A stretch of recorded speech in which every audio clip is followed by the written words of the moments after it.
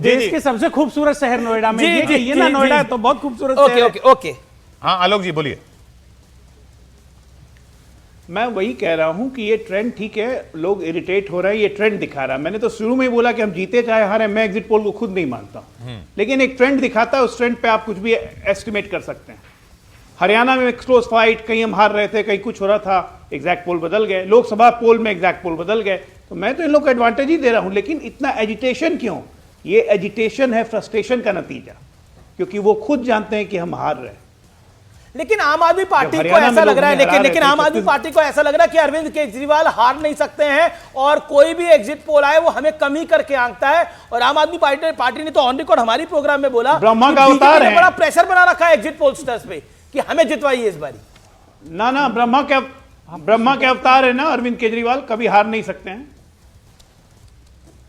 ये बताइए, ये गलतफहमी, ये अहंकार जैसे कांग्रेस को हुआ था ना 2013-14 में, ऐसा साफ हुई कि आज तक खड़ी नहीं हो पाई है, वही हाल इन कपटीवाल का होने जा रहा है। अच्छा ये बताइए, राजनीति में जब अहंकार हो जाए ना तो ऐसे ही हर्ष होता है। मैं दुष्यंत चौधरी जी, ये दुष्यंत नागर जी, हाँ नागर साहब एक बात बताइए, ये ऑपोजिशन पॉलिटिक्स में अब क्या होगा? क्योंकि सारी ऑपोजिशन पार्टियों ने इनको सपोर्ट दिया था। मतलब अब उसका तो अब मैं करूंगा विश्लेषण तो मेरे कई मित्र नाराज हो जाएंगे। आप समझ ही सकते हैं। नाराज तो कर ही रहे हो, इनको भी कर दो। चलिए, एक दो लोगों को मैं चाहता था नाराज ना हो, अब उनको पता चल जाएगा कि देश में वैकल्पिक राजनीति क्या, जो वो केजरीवाल के नेतृत्व में देख रहे थे वो संभव है। उस पर दिल्ली से ही शुरुआत हो गई और अब ऐसा नहीं है कि ये पूरे देश में चले। के साथ आए, राहुल गांधी के साथ कोई नहीं दिखा। दीपक चौरसिया, ये आपको कैसा लगता है? क्या निहित एक बात और पूछना चाहूंगा। जी एक सेकंड, दीपक बोले 40 सेकंड, फिर आप अजय आलोक बोलिएगा। दीपक चौरसिया 40 सेकंड। मैं सिर्फ ये कहना चाहता हूं कि अब जो है इंडिया गठबंधन, वैसे उसका अस्तित्व नहीं है। हर नेता ने कह दिया कि ये तो लोकसभा चुनाव के वक्त था, विधानसभा चुनाव के वक्त नहीं। ठीक है, पर राज्यों में है, यमुना जी में प्रवाह कर दिया गया। सिर्फ महागठबंधन बिहार में है, ऐसा तेजस्वी यादव मानते हैं। लेकिन अब मुझे यह लगता है कि राहुल गांधी और उनकी टीम के पास एक पॉइंट प्रूव करना है कि अब जो है कांग्रेस ही एक विकल्प है, चाहे मुसलमान हो उनके लिए, चाहे दलित हो उनके लिए। अरविंद केजरीवाल को हराना बीजेपी के लिए पॉसिबल है। साथ ही साथ ये कि अरविंद केजरीवाल इतने मजबूत हैं कि पूरे इंडिया गठबंधन ने राहुल गांधी को छोड़कर अरविंद केजरीवाल की तरफ दबाव की राजनीति करी। मुझे लगता है कि इंडिया कांग्रेस का स्टॉक ऊपर जाएगा इससे। मुझे लगता है पॉलिटिकल स्टॉक ऊपर नहीं जाएगा, मतलब परसेप्शन के लेवल पे इस वक्त। लेकिन आने वाले समय में मुसलमान वोटर, दलित वोटर, एंटी मोदी वोटर का एक बहुत बड़ा चंक है। पंजाब मत भूलिए, मैं कह रहा हूं बार-बार पंजाब मत भूलिए। पंजाब के लिए ये सतीश जी, दिल्ली का आम आदमी पार्टी के लिए हिलना पंजाब में भी खतरे की घंटी है। ओके, सतीश के सिंह आप कुछ कहना चाहते हैं?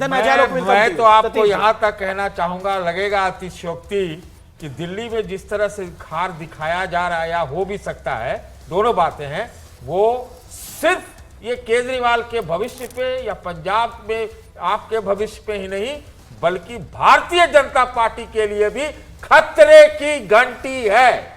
मतलब विश्लेषण करो। भारतीय जनता, दिल्ली में बीजेपी का दिल्ली से राजनीति देश की बदल रही है। इस चीज को देखिए, आप इस चीज को देखिए कि तमाम अवरोधों के बावजूद Congress counter point BJP, Delhi में बीजेपी का जीतना और केजरीवाल का हारना बीजेपी के लिए खतरे की घंटी है, क्योंकि कांग्रेस का उदय हो जाएगा इसके बाद। ये सतीश जी का विश्लेषण है। वो सतीश जी को अल्बर्ट आइंस्टीन ने लगता है उनकी आत्मा प्रवेश कर गई, वो नए नए प्रयोग कर रहे हैं। मेरे में अल्बर्ट आइंस्टीन अभी तक आया नहीं है, जब आएगा तब उनके जवाब दूंगा। जीतना भी मेरे लिए खतरे की घंटी हो जाएगी बीजेपी के लिए। ये नया एंगल है, मुझे दिमाग लगाना पड़ेगा। नहीं, मैं बस उनका देखिए, मैं रिफ्रेश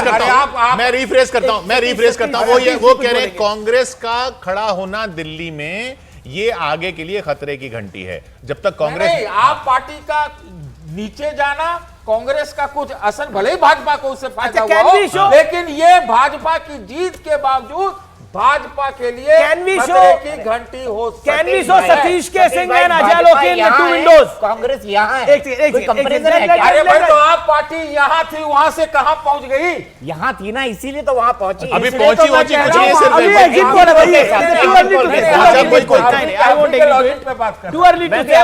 अरे 2 से आज बीजेपी 240 पे है, 400 से 240 पहुंचने में 34 दिन भी नहीं लगे। अरे आप तो दोनों कुछ को भी हो फिर सकता बिहार है में ना, पटना में मिलना है, कुछ भी इसलिए मैं होता बोल रहा हूँ। दीपक चौरसिया और मैं सतीश जी के लिए कह रहा हूँ, आप दोनों को फिर बिहार के पटना में मिलना है, इसलिए आराम हम आराम लोग से। सब मिले हुए हैं। सब मिले हुए। ये अच्छी लाइन है, ये अच्छी लाइन है, सब मिले हुए हैं। सब मिले हुए। अरे ओके, दिल्ली में पता देखिए नहीं चला सतीश जी, कौन ए टीम है कौन बी टीम सतीश जी बड़े स्मार्ट प्लेयर हैं। देखिए इन्होंने जो सब मिले हुए हैं जो बोला वो Senior अरविंद भी हैं। केजरीवाल भी बोलते थे। ओके, अजय आलोक सतीश जी की बात का जवाब, and can we show Satish ji and Ajay Alok in 2 minute.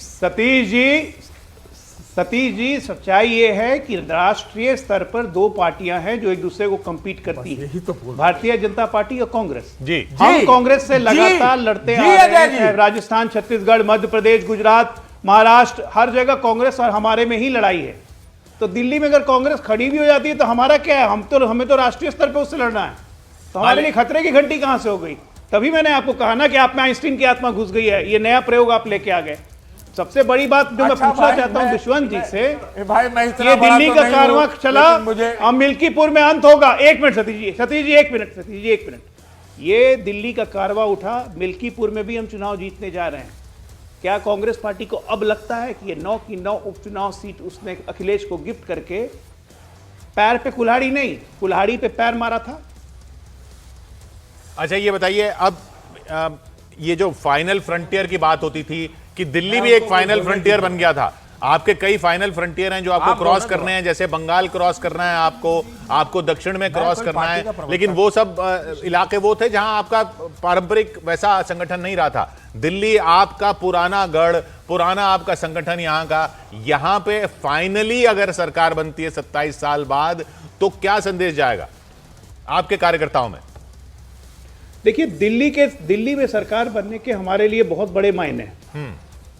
हम 98 के बाद से यहाँ सरकार नहीं बना पाए, हमारी सांगठनिक कमजोरी थी, जबकि लोकसभा में लगातार हमारा परफॉर्मेंस अच्छा रहा।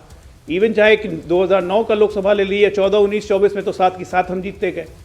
मोदी जी पे कॉन्फिडेंस, जनता को पूरा विश्वास, लेकिन विधानसभा में उसको हम रेप्लिकेट नहीं कर पा रहे थे। इन तमाम चीज़ों को दूर करने के लिए पिछले 1 साल से, जैसे कि वीरेंद्र सचदेवा बता रहे थे, पूरा संगठन के तौर पे एक रणनीति बनी और हमारे लिए चैलेंज है। दिल्ली एक राज्य नहीं है, दिल्ली राष्ट्र की राजधानी है। ये शोकेस करना पड़ता है। अगर बीबीसी ये चलाए कि दिल्ली में पानी का ब्लैक हो रहा है, टैंकर का ये हो रहा है, तो ये पूरे देश पर असर करता है। इससे पूरे देश का इमेज डाउन होता है। अगर CNN और बीबीसी ये जानबूझ के ये फ्लैश करे इंटरनेशनल मीडिया में कि दिल्ली के सीवरेज में पानी आ रहा है, यमुना में PPM 8.9 है, तो ये पूरे भारत की इमेज को डैमेज करता है। तो दिल्ली को सिर्फ एक राज्य की तरह मत देखिए, दिल्ली हमारे देश का ताज है। इसको आप कहीं से भी डिटोरिएट कर ही नहीं सकते हैं, चाहे कोई भी राज करे। हमारा राज हो, किसी का राज हो, कांग्रेस का राज हो, कोई थर्ड फ्रंट की गवर्नमेंट हो, दिल्ली एक अन्य राज्यों से बिल्कुल उसका ट्रीटमेंट अलग और जो फ्री मिल रहा था वो सब मिलता रहेगा, वो आप कह ही चुके हैं। लेकिन क्या आपको लग रहा है, तो आप जी क्या आपको लग रहा है, मैंने इसलिए कहा